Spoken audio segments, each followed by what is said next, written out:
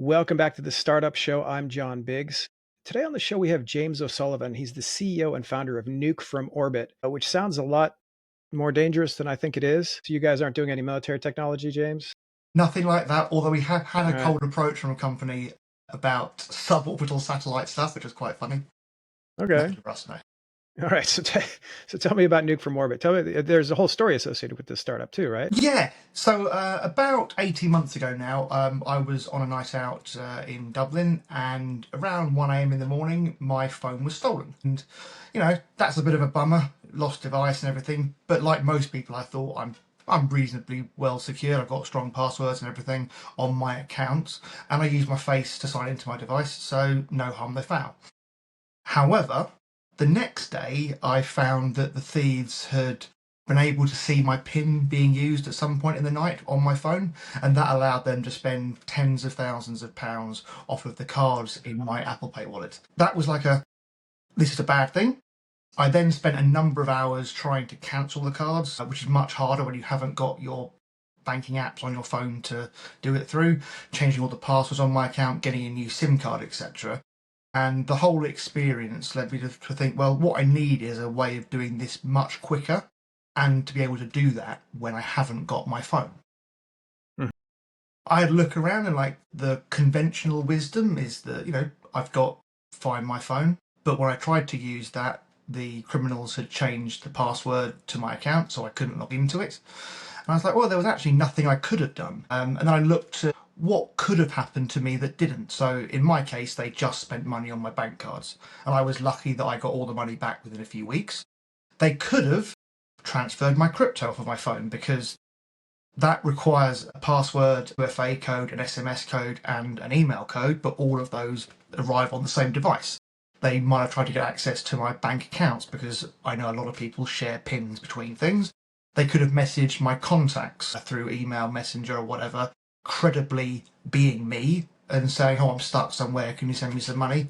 And finally, they could have looked at my accounts as me, so giving away much more personal information that I would make public. And then when I looked around for what are my options to protect against this, there just weren't any that I could activate instantly that would act on all of my data at once. That was the realization that, if there's a Venn diagram of people who have their phone stolen, understand technology, and have the desire to run a business, maybe I'm the one person that's in the middle of that little block, so perhaps I should do something about it. Yeah.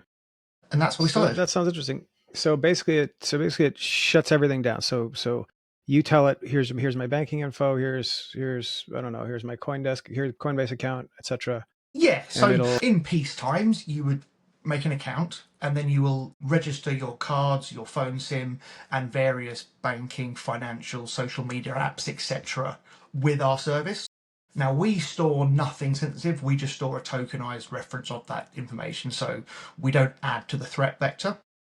Then the nice thing that we can do is you link your account to your friends, family, colleagues, etc., people who you'll likely be with on nights out and in social situations where most of these phone thefts occur. Then someone in your group has their phone stolen. Anyone who they're linked with can work to help them do that locking down. Because the problem that you find is to cancel a bank card, to do it through a conventional method, you have to go through quite strong security to log into your bank account. Whereas when you're doing a cancellation, you don't need it to be that secure. So with this, you can go to your friend's phone. They will do a secure login to our app. They'll click on your name and then give you the phone to enter your security your code, which can be a simple PIN. That then gives you access to all of the credentials that you've stored in your Nuke account. And with the press of one button, you can cancel the cards, you can block your SIM, you can change the passwords that are on the accounts that were saved to your device. So you turn the data that was on the device that was stolen into just meaningless information that can't be used by the criminals. And what do you do about like two-factor SMS codes? So you don't need to get that to use our service, because the pre-trusted nature of your friend means that while you're logging in with a fairly simple code to guess, it can be just a 6-digit PIN, because there are only maybe 20, 30 other accounts in the world that can be used to gain your access, you don't need to go through a 2FA loop at the point of nuking your assets to remain secure. But for like the bank account, the bank card, for example. So Yes, so presumably that would be the criminal would be getting a text while you're trying to log in with all the credentials. I mean, the credentials are there, right? no, so the criminal sees nothing happening because we don't actually affect the device itself, and typically the device has been put into airplane mode immediately so it can't get the remote erase tool access. So the way that the system works is that when you're adding a card to it, you'll put in the card number, it will get sent off to the provider, they'll SMS you a code, we'll put that in there. At that point, you have verified that you are the owner of that card. When it comes to cancelling the card, we just send the tokenized reference of that card back to the provider with the message saying this has been stolen, please cancel, and it cancels it on their system. So while the stolen phone will still have that card in it, when they try and use it on a merchant's PDQ, it'll just come back as card invalid. Okay, interesting. Yeah, how's it going so far? This has been few. It's been around for a few months, right? So Yeah, so fairly we new. so I had a phone stolen in March last year, 2023. Then took me probably 6 days to think of the idea. Then kicked it around for a few months with some friends and anyone I could talk to see, is this really a thing? And they're like, yeah, it is. We then raised some money from some friends and family members over the back end of last year. And then we started writing the product itself.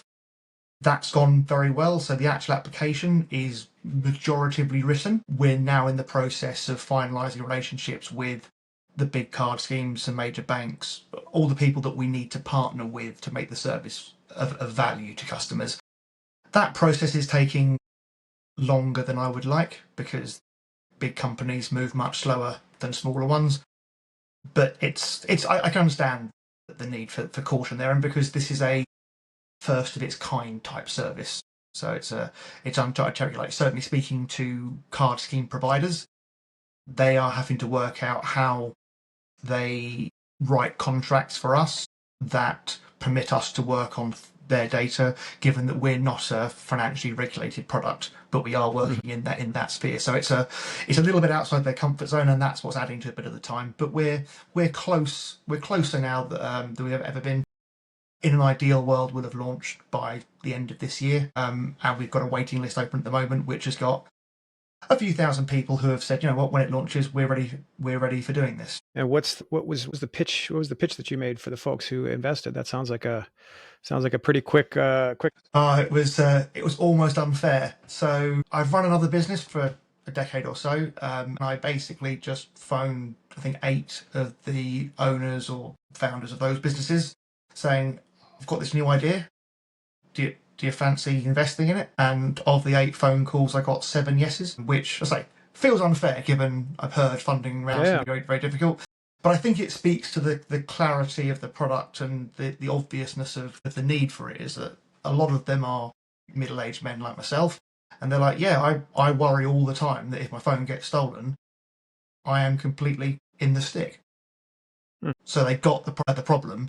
They also already believed in my ability to build and scale a technology company. So that bit was kind of taken care of by our prior relationship. And we weren't asking for loads of money in the scheme of things. We raised £500,000 in that round. And some of it we took in the form of sweat equity from people. So it opened us up to not just people that had cash to spend. It was, right, if we need some work from you, we can do that as a trade for shares. So our investor pool is a bit wider than just people that would normally be investors. It's those that had skills to help us and preserve our cash. What's been the biggest challenge in building this thing out? It is the difficulty in getting decisions from big companies, because speaking to a bank, what is your route in? Do you go in through card provisioning? Is it through fraud? Is it through digital? Is it through customer experience? Or is the answer you actually need to get all of those 4 people on board plus some other people? Then you have to fight for time in their roadmap if you need any work to be done on their side. So it's difficult to get enough buy-in from enough people to get the decision made in the first instance. I think once we get live with the first people, I can see us being inundated with people saying, "Hey, we want to work with you. What do we do?" And there being a bit of a queue to join us. But yeah, the slow moving multiple people to convince has been, yeah, a different experience for me for certain. Is this similar to your previous businesses, or is this something different? No, so my current business, Cobas, that is focused on the hospitality industry. We offer a point of sale service and then ancillary products to that, so stock control, loyalty, rotors, reservations, that kind of stuff. So it's technology, it's software as a service, but it's not in the same. It's more of a B2B play than it is B2C. The similarity in the two is that Cobas came about because I saw that the market was quite fragmented in terms of different applications doing different things. So you had a POS software, you had some stock control, you had some compliance, HR, rotas, etc. And that might be from 7 to 10 different providers, all very good but quite expensive. Whereas having that in a single solution is more cost effective, both from a software provision perspective, but also from time to learn and move around within the app itself. The similarity there with Nuke is that yes, you can call your bank and cancel each card individually and change your password and your SIM, etc. But the value is I want to press one. It's an emergency. I want one button, do it all at once. So that centralization is quite key to what we do. Very cool.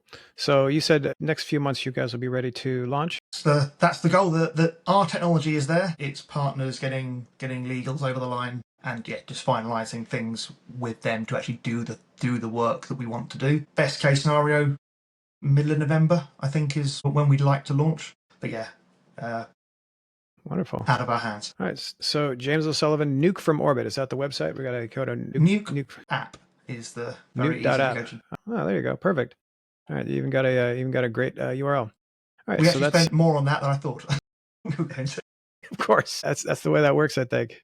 Yeah. All right. Well, thank you for this, James. This is pretty interesting. So check it out in November when they hit the app stores, I suppose, right? Yes, on the website now there's a waiting list, so it's likely that we'll launch to only our waiting list to start with, and then you'll have golden tickets to let you invite some of your friends, and then a public launch will likely be in Q1 next year. All right. Wonderful. Excellent. This has been Startup Show. This has been the Startup Show. I'm John Biggs. We'll see you next episode.